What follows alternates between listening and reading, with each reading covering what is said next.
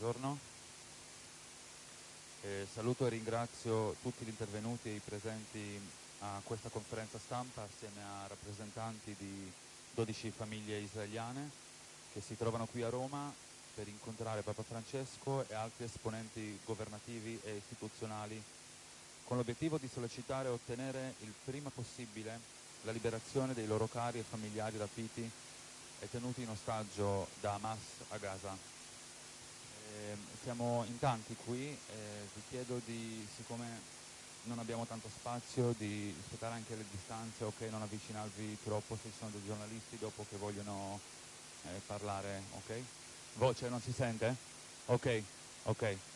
Quindi vi chiedo cortesemente, siccome siamo in tanti, di non avvicinarvi troppo alle famiglie dopo quando ci saranno anche le domande dei giornalisti, per lasciare spazio a tutti per vedere, ci sono tante telecamere qua. Allora iniziamo? traduco soltanto in ebraico. בירכתי לשלום את האיטלקים והודיתי להם על הנוכחות שלהם כאן, עם המטרה שלכם, שלשמה הגעתם לרומא לפגוש את האפיפיור פאפה פרנצ'סקו ולבקש את החזרת החטופים הביתה בהקדם האפשרי. ביקשתי מהעיתונאים לא להתקרב יותר מדי כדי לאפשר מרחב נעים ונוח. אני עכשיו אציג את השגריר שלנו לוותיקן. Invito adesso Sua Eccellenza Raffaele Schutz, ambasciatore di Israele presso la Santa Sede, a prendere la parola.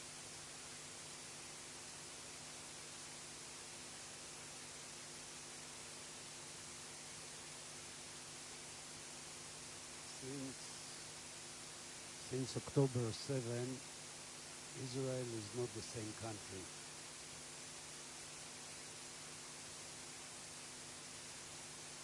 Okay, I will try to be as loud as I can. Since October 7, Israel is not the same country as it used to be. And we are dealing with a tragedy. We are dealing with a tragedy of biblical terms. Now, the media, as media, frequently goes from one crisis to another, but in Israel, since October 7, it seems that time is frozen. We are living in a different time. And the most crucial and important part of it right now is our concern for the welfare and the safe return as soon as possible of the families that were, the individual and families that were kidnapped and are now in Gaza. I will immediately leave the floor to the families. The meeting with the Pope this morning, I just want to say that it is part of an effort to keep the issue alive in the conscience of the world. Because as I said, media goes from one crisis to another, but for us, this is the only thing on our schedule right now.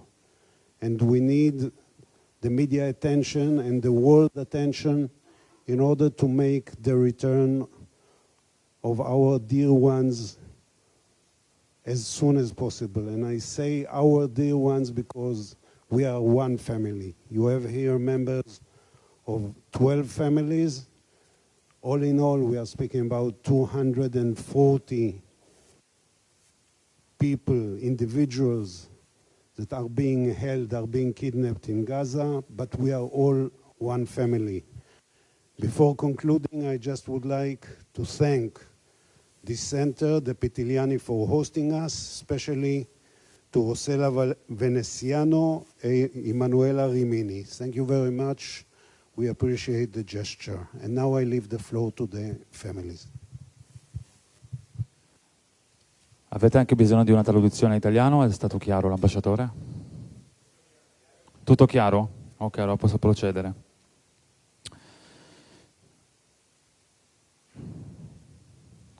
Allora, chiedo ora ai rappresentanti delle famiglie di parlarci molto brevemente dei loro familiari rapiti. אני אבקש מכם לספר בקצרה מכל אחד מכם את הסיפור.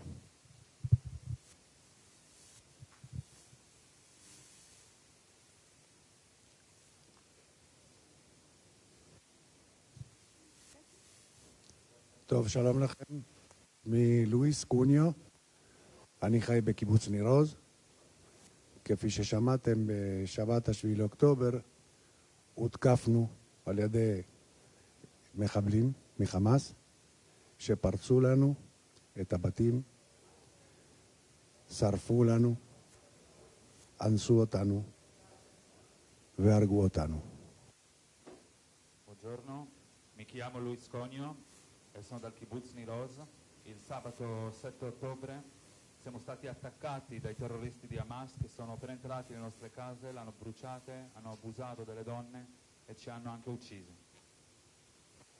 בנוסף לזה, אתם רואים פה אני מחזיק הרבה תמונות, הידיים לא מספיקות לי כדי לראות את כל בני משפחה שלי שנחטפו באותו יום לעזה, כולל ילדים, בנות, תינוקות ועוד. Come potete vedere, inoltre, io tengo qui nelle mie mani tante foto, tante immagini di tutti i miei familiari. Le mie mani non bastano per tenere tutte queste immagini dei miei familiari che sono stati rapiti in quel giorno, tra cui ci sono dei bambini, figlie, neonati. אז אני רוצה להגיד לכם שאני היום נמצא במצב שאין לי בית, כי נשרפה, אין לי משפחה, חצי משפחה איננה, ואני נמצא במצב שאני לא יודע מה יהיה מחר, ובטח לא מה יהיה מחרתיים. In questi giorni non ho più la mia casa, metà della mia famiglia sono rapiti in questo momento e non so cosa succederà domani. רוצה להודות לכם על זכות שנתתם לי דיבת לפחות. תודה רבה.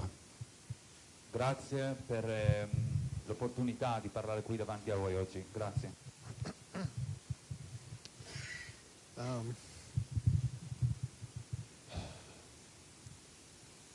Hello, everyone. My name is Moshe Leinberg. I live in Jerusalem. My wife and daughter and our family dog were visiting my sister-in-law in Kibbutz Nir Yitzchak in the south of Israel on the 7th of October.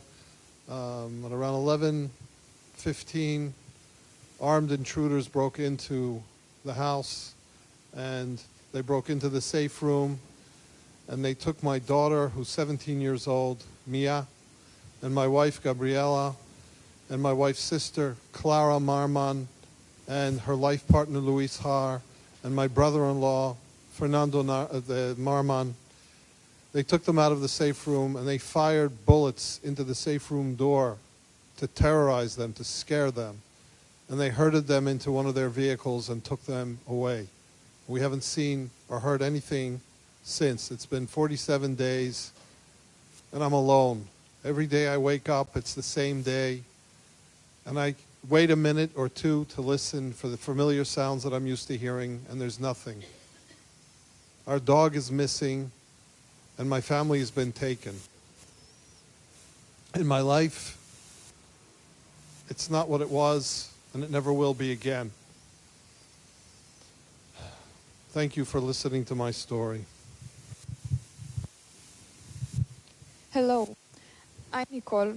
I'm his little sister. This is Nick, my big brother. It was taken from his military base on the 7th of October. When the last time I heard his voice, he was telling me that he is fine, he will be fine, and he know how to keep himself safe. My life and my family life is not the same. He was my best friend, he was my big brother, he was my safe place, and the terrorists that taking him hostage took the safe place of me. I want to. I want your help, so I could hug him again, and I could see him back home with my family. Good day. My name is Evgenia Kozlova. My son, Andrei Kozlov, came to Israel about 1 year ago. He came from Russia, from St. Petersburg. He came to study. Andrei fell in love with Israel. He decided to receive Israel citizenship. On October the 7th, he was kidnapped from music festival Nova. Andrei is alone in Israel. All his family, me, his dad, his young brother, his grandparents live in Russia.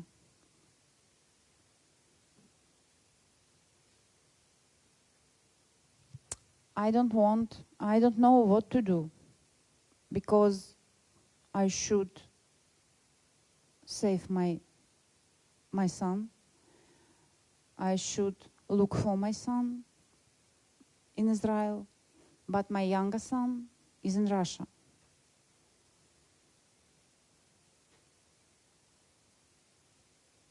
Now I don't know, is he alive or not? And everybody of us need help of Italy, need help of all the world to save all the hostages. Thank you.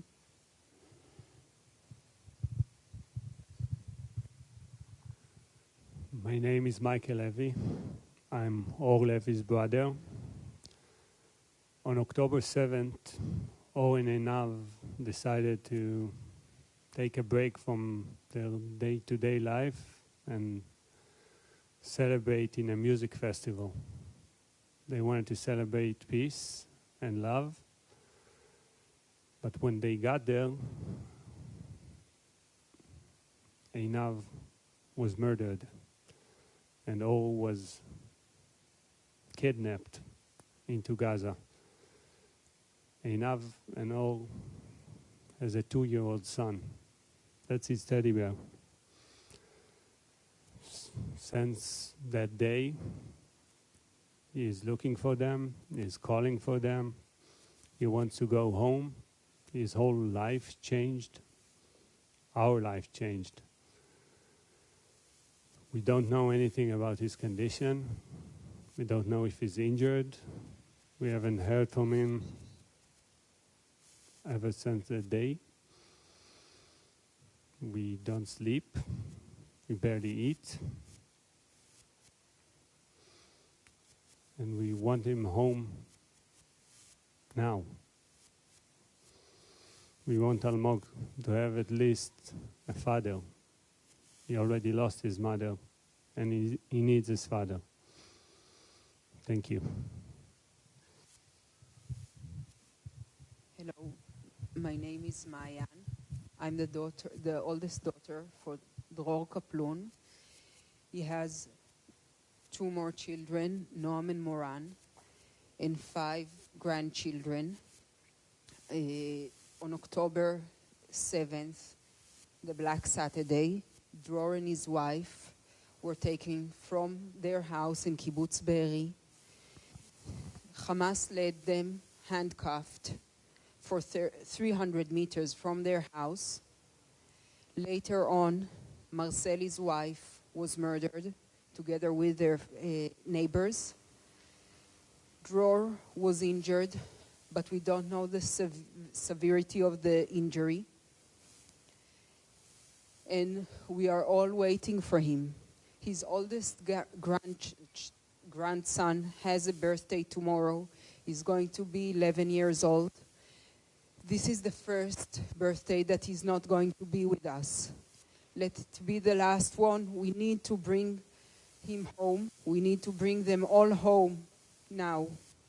Thank you. Hello, I'm Yuval.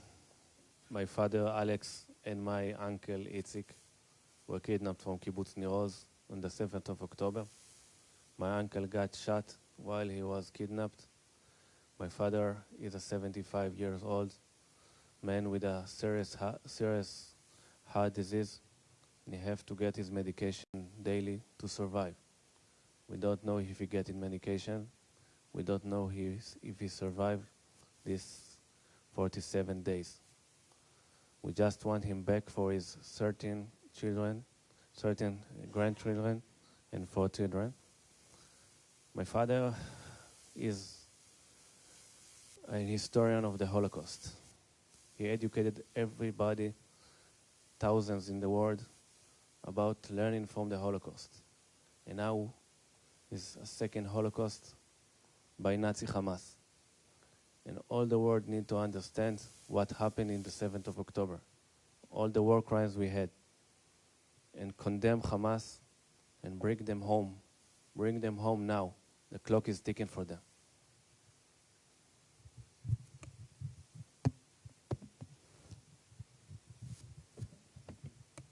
I would like to stand to see you all and say thank you for listening to us. My name is Alexandra, and I'm here on behalf of my sister Karina, and you can see her in this picture. She's my only sister, and she's all I have in this world. She was kidnapped from her bed in her pajamas with other girls. Other girls were murdered, and she was taken hostage. My sister is a pure, innocent child. She wants to help people, and this is why I'm here. I want to ask you to help my sister so she can come home and then help others. I can remember crystal clear 2 things. The first is what she wrote me on the 7th of October morning before she was taken. She wrote me, and I'm citing, "If I won't make it alive, please be happy in your life and take care of mother and father or life. Do not think and sorrow, live." This is her wish. This was her wish. And the second thing is that by saying that, she made me remember when we were young, when we didn't understand a lot of our lives. She always laughed and told that I will die before her because I'm the older sister, and she will live longer than I. And I'm here talking about it because I really want to die before her. And every time that she's there with all the other hostages, every minute, every hour is a critical time for them to stay alive. We do not know anything about them. We know that some are injured, some need medicine. Every one of them need to come home, and not in coffins. They should come home to tell their stories, to tell the stories of the other people who were murdered, so they can be our future. We need them safe and sound and alive. Thank you very much. Hello, my name is Yehuda. This is my son, Nimrod Cohen, 19 years old, who was captured with his friends near Reim. Since he's captured, and we saw on Hamas video how he was captured, we didn't hear a word about him. We don't know what his condition. Red Cross never, I don't know how to say it, never bothered, or never made any efforts to go inside and see the conditions of him, of all the other captured, how they are doing, who is injured, who is sick, who needs medicine. And our life, just from that day, changed. We don't have day and night. We're only focusing of his return and the return of all the other captured people back home to Israel. Thank you very much. My name is Rachel, and this is my son, Hirsch Goldberg Poland. He's my only son. He turned 23 on October 3rd and went to the music festival with his best friend from childhood to celebrate. When the massacre started on Saturday morning, he and his friend and a bunch of other young people from that festival hid in a roadside bomb shelter, which came under attack.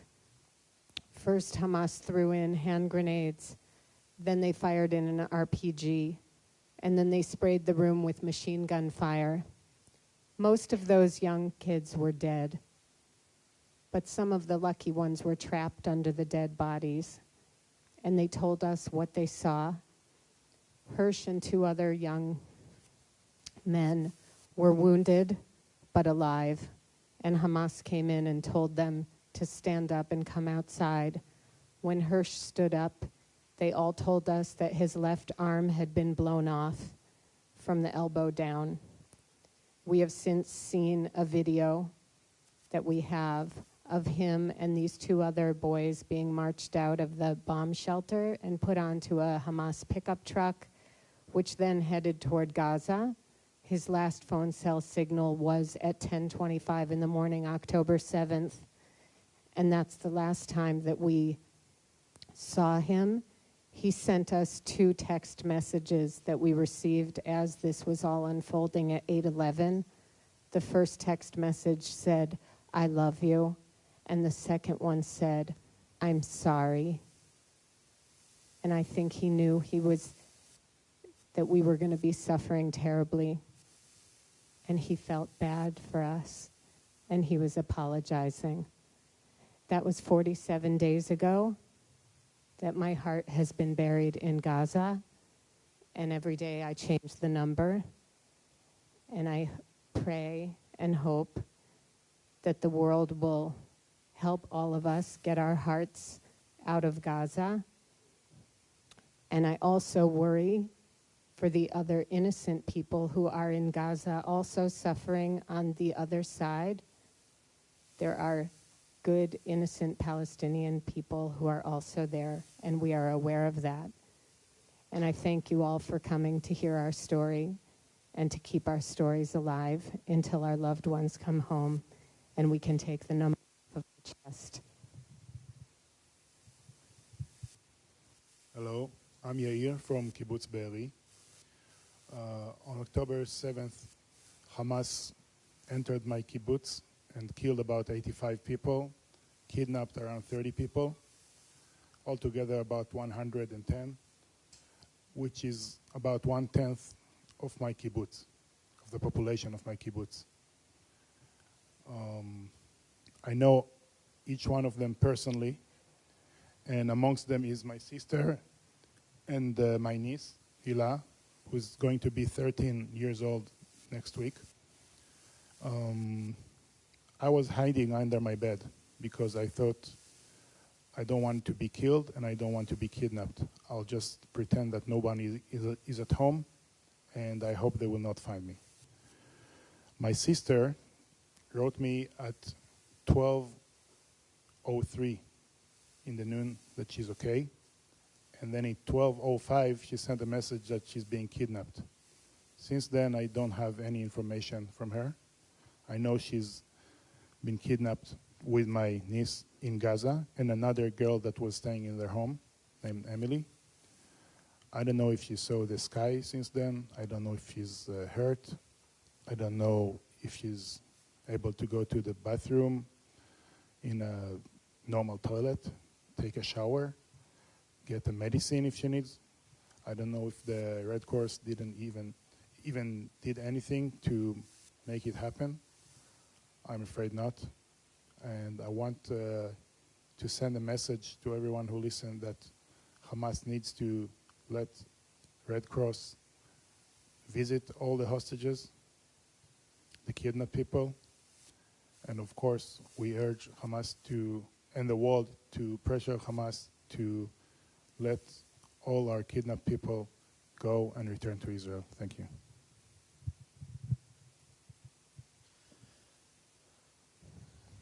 Hello, my name is Nadav Kipnis. I am also from Kibbutz Be'eri. On the 7th of October, 12 members of my family were either murdered or kidnapped. Both my parents and my uncle and my father's caregiver were murdered in the slaughter. The terrorists entered their house and shot them in the safe room. Other than them, 7 members of my family were kidnapped. My cousin and her husband, their 2 children, Nave and Yahel, which are 3 and 8 years old. My aunt, Shoshan, my uncle's sister, Sharon, and her daughter, which is 12.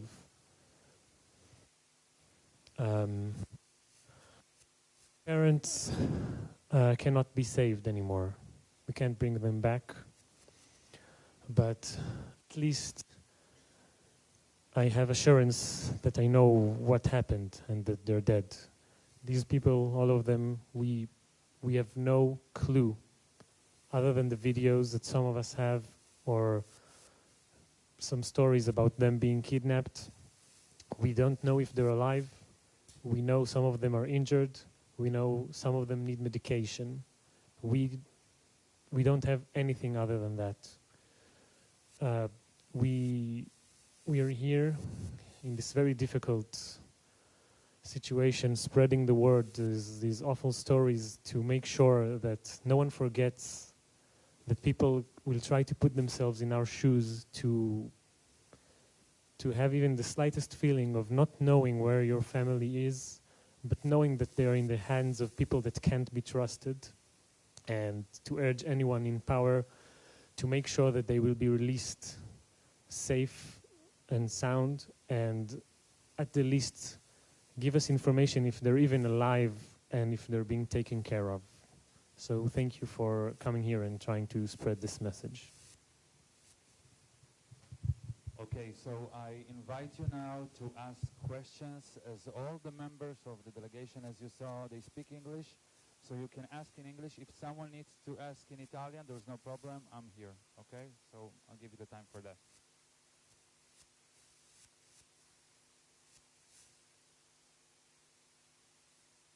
There is a microphone, so just a second.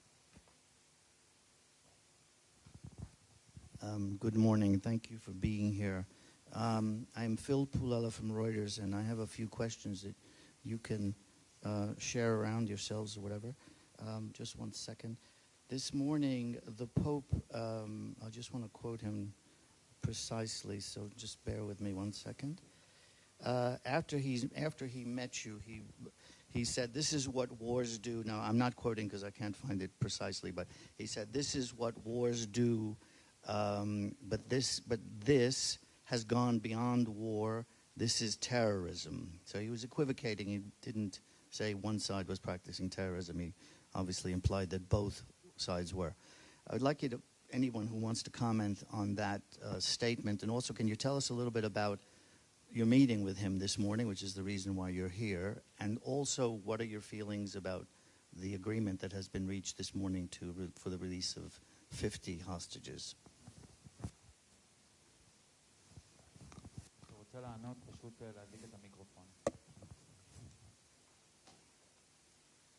Could you please repeat your names as you answer the questions, because we can't see them from back here.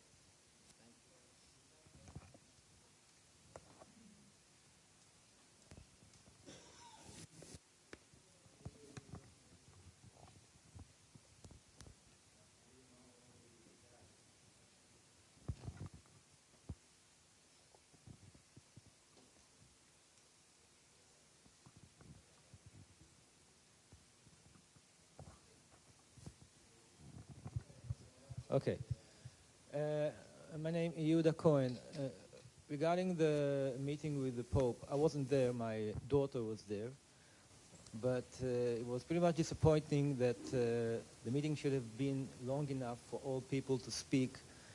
And from what I heard, most of the people, including my daughter, didn't get the chance to speak. So I know that his declaration was something general, we have to end war and so on. Not really a mention of Hamas. So in a way, we came all the way from Israel here to meet him. My daughter came all the way from Israel to meet him.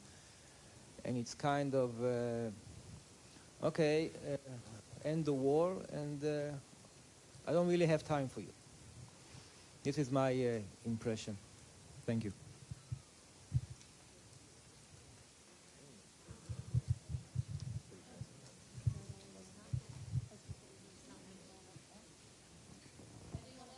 Yeah.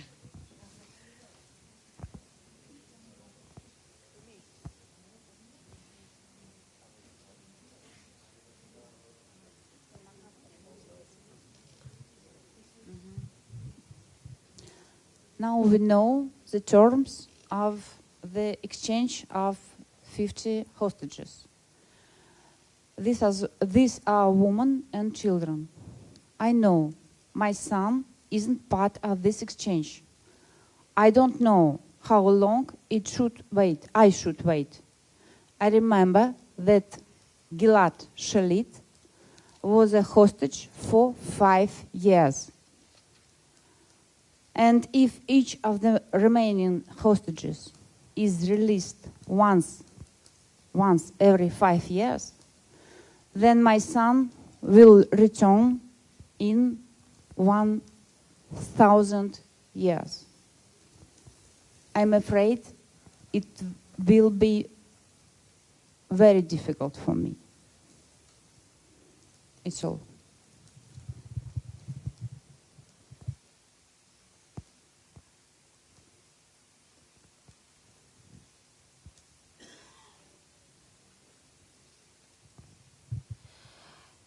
I want to add,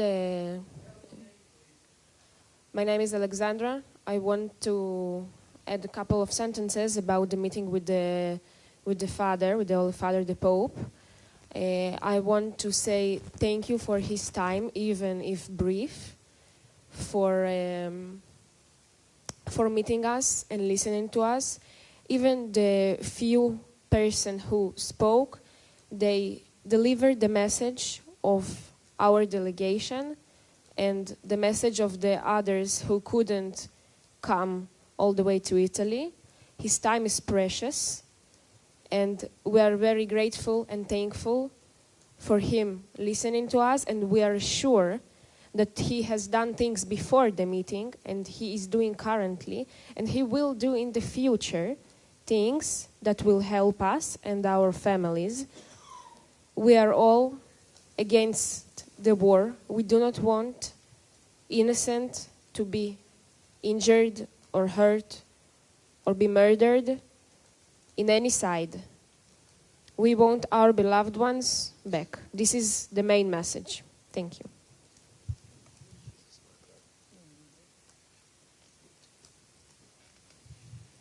My name is Nadav Kipnis. I wanted to say that what you alluded to, that both sides are doing acts of terrorism, is a false equivalence.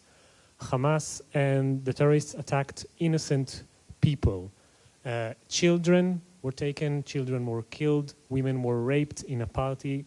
Hamas, on the other hand, Israel is attacking Hamas, and there are casualties, and these are very unfortunate, but they are happening because Hamas is using their civilians, the Gazans, as human shields.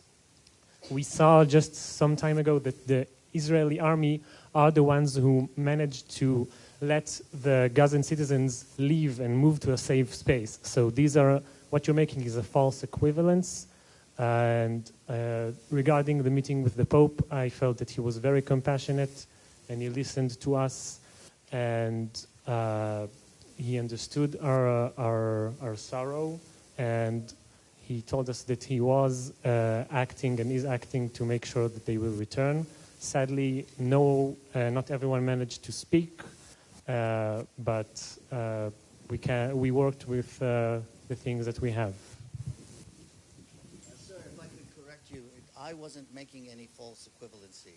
It was the Pope who I was reading you almost word for word what the Pope I'm said sorry, this morning extemporaneously, please. Sure. So I just would make that clear to you because you said what I said. So you are saying the Pope is making false equivalency. Is that correct? Could you let him answer, please? He seems to be In our meeting, the Pope did not say both acts. From what I understood, he talked about our families being hostages as an act of terrorism. I did not get the feeling that he said that Israel is committing any type of act of terrorism. This is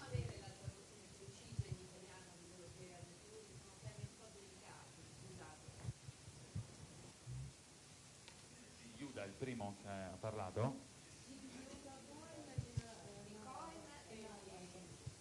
יהודה, מבקשים שתחזור בעברית, אני אתרגם לאיטלקית בתמצית את מה שאמרת, הם רוצים פשוט את הטקסט הזה באיטלקית.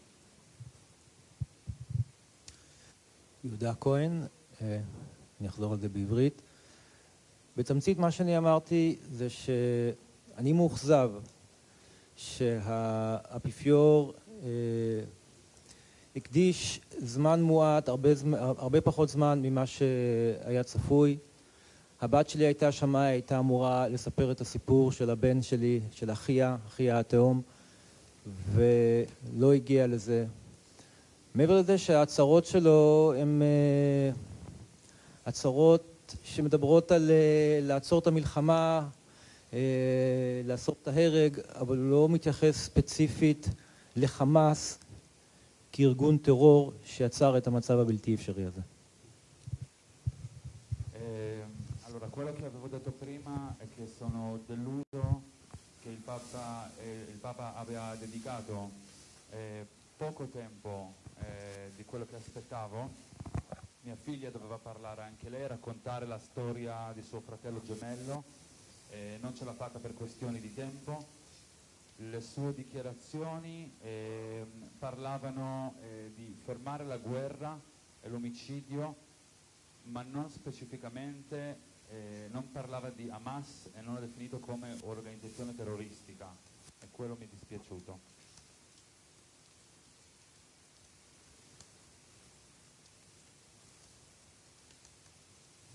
I have to say that I personally don't agree with what he said. I felt like the conversation with the Pope was very helpful. I think he took his time, listened to us. It's true that not all of us had the opportunity to talk, but at least half of us, if not more, had the opportunity to talk and present everything to the Pope. I felt he listened to us.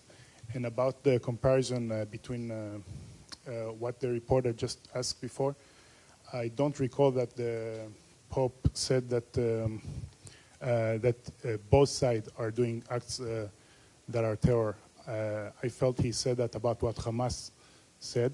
He said this is more than war, this is terror, and he didn't say that what Israel is doing is terror. This is what I remember from the conversation. It was afterwards. You didn't hear it because it was at the general audience. We're talking about two different things. He said, what I quoted before, at the general audience, not in your meeting. Okay, I'm sorry. I didn't know that you had this meeting.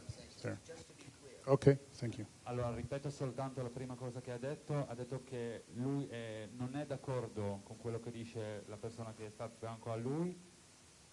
Secondo lui l'appuntamento col Papa è stato molto molto efficace, ci ha ascoltato. Sì, è vero, non siamo riusciti tutti a parlare, ad avere la parola, però ci ha ascoltato e tutte le storie che abbiamo raccontato, quindi non sono d'accordo.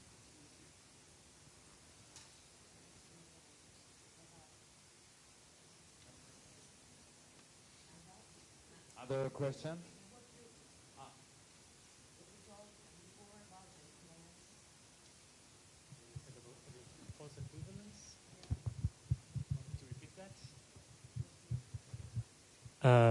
I'm saying that if anyone is making the claim that both acts are acting in ways of terror, that is a false equivalence. Hamas is using their citizens as human shields, while Israel is trying to protect their civilians, and Hamas attacked their civilians directly. No one in Be'eri who was murdered or kidnapped was a soldier during a war.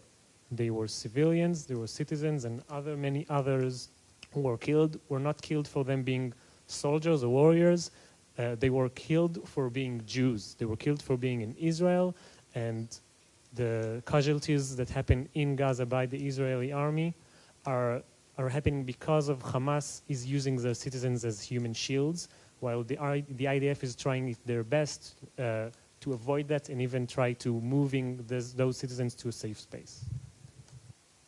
Io stavo parlando di equivalenza, volevo dire che Hamas sta usando i civili innocenti come scudo umano, mentre Israele sta cercando di proteggere i suoi civili. Nessuno dei civili innocenti di kibbutz Be'eri, il mio kibbutz, non è stato ucciso perché era un soldato israeliano, sono stati uccisi tutti perché erano ebrei. Ed è quello che sta succedendo in Israele in questi giorni. Invece quello che sta succedendo a Gaza tra l'esercito israeliano e i civili palestinesi succede perché Hamas li sta usando come scudo umano e l'esercito israeliano sta provando di non ferire ovviamente civili innocenti e sta provando addirittura a spostarli verso sud dove non ci sono gli attacchi e bombardamenti per salvarli. I also want to add, my name is Yair. People forget that as we speak now, Hamas is still firing rockets towards Israel. Each one of these rockets is meant to kill civilians. The fact that they don't kill is because Israel has Iron Dome. So even right now, Hamas is trying to kill Israeli citizens. Okay? So please don't make the comparison that Hamas and Israel are both doing terror. Ci tengo ad aggiungere che le persone tendono a dimenticare che Hamas sta ancora lanciando dei missili in questi giorni verso Israele per uccidere civili innocenti. Noi per fortuna abbiamo quel sistema Iron Dome che è cupola di ferro per proteggere i civili, però ci tengo a dire che non possiamo paragonare e chiamare terrorismo quello che sta facendo Israele. If you would like to have the diplomatic version of this.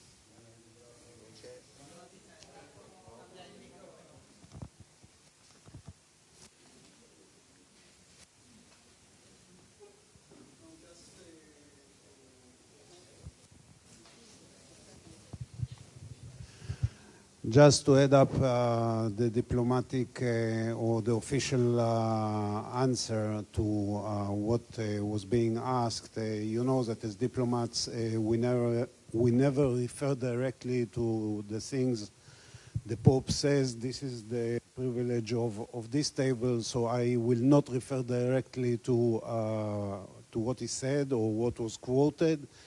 But I will say in principles that, and in a way in line of what Nadav said and Yair, there is a simple distinction. I mean, one side is attacking civilians for the sake of attacking and killing civilians. By the way, he's murdering, raping, and taking civilians from the Israeli side, and at the same time, he doesn't care about the civilians of supposedly his own side. As you heard, he uses them as human shield. One of the Hamas speakers also said that the Palestinians in the Gaza Strip are not a responsibility of Hamas. They should be taken care of by the UN, etc., etc. So we have one side killing citizens, not caring for his own citizens, and we have another side, Israel, who is engaged in a war of self-defense in order to protect our own citizens, and while doing so, we abide to international law, trying to minimize as much as possible the casualties on the other side. And if there is a declaration or any pronouncement that fails to see the distinction between, I would say even the moral distinction between the two sides, then I would say that maybe some amendment should be done. But again, I refer generally to what we see since October 7th. Thank you. A quick question. My name is Colm Flynn from EWTN News, and I want to thank you for sharing your stories with us all. A question maybe for Ms. Goldberg and Mr. Limeberg at the end there. The Pope has called for peace. He has met with you and heard some of your stories. What more would you like to see Pope Francis and the Vatican and the Catholic Church do? Maybe you first, Ms. Goldberg.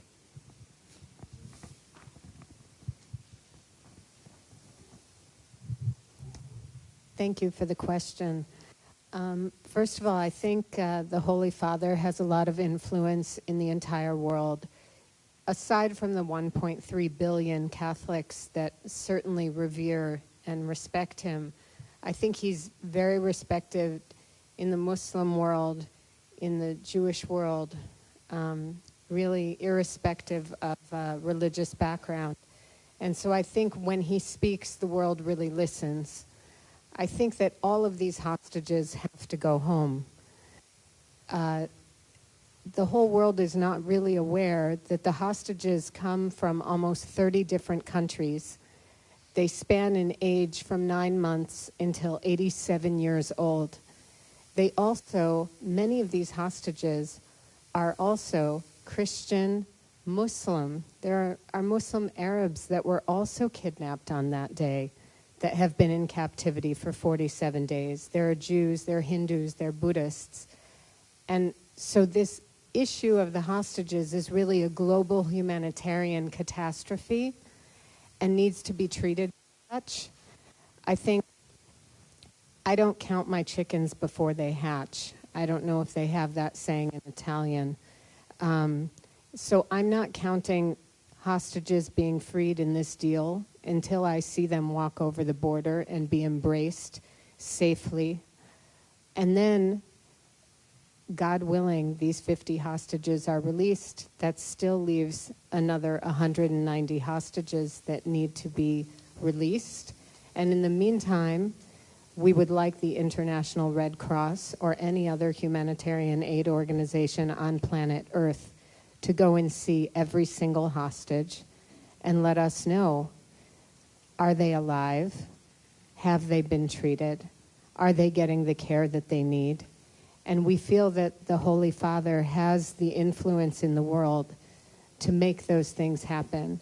And I felt very embraced by him this morning. I felt very heard and respected.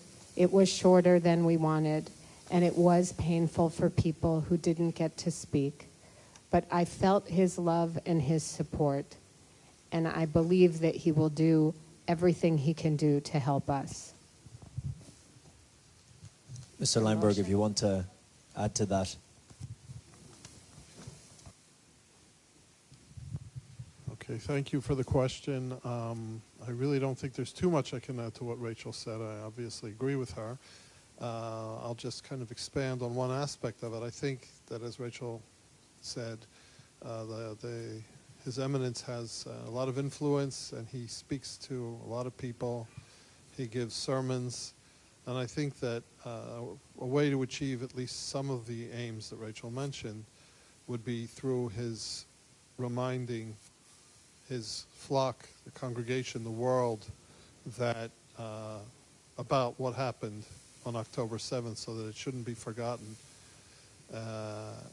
for as long as possible, obviously, at the very least until all of the hostages are returned home.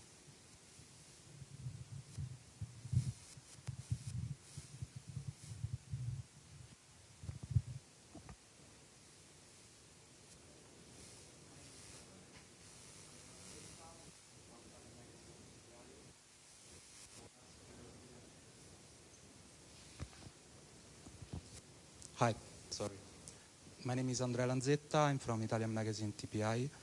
I want to thank the families for sharing your stories. I want to ask this. Some families have asked the Israeli politicians not to capitalize on your suffering, especially far-right ones. We have seen one party in your government voting against the agreement, the swap deal. What do you think about this?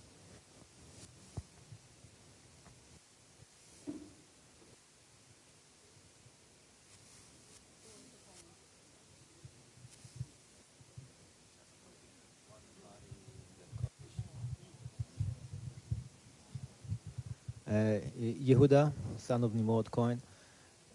My answer is very simple. This is not the issue. Okay, that's not the angle. The angle is Hamas. What's the coalition in Israel does, who votes for and against this?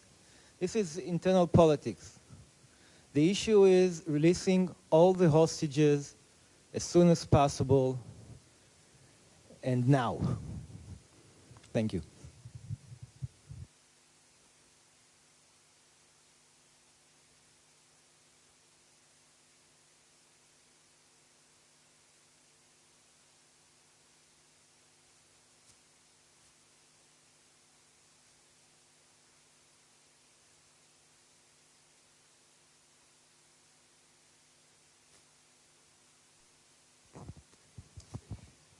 I'm from the French Public Radio. Basic questions. How many were you this morning? Because one of you told he wasn't at the meeting with the Pope. And how long did it took?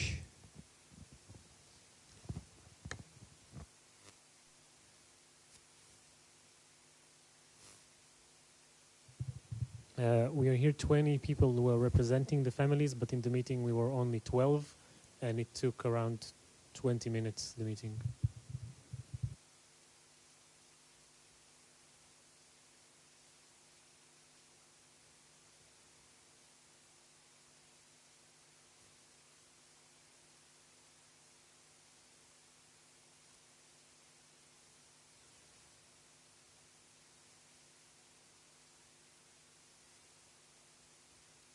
I think around 7 or 8 families.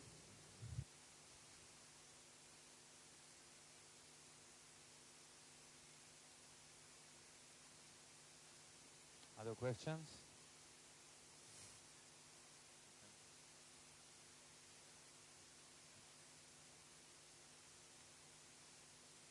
So, grazie a tutti ancora per essere intervenuti e buona giornata.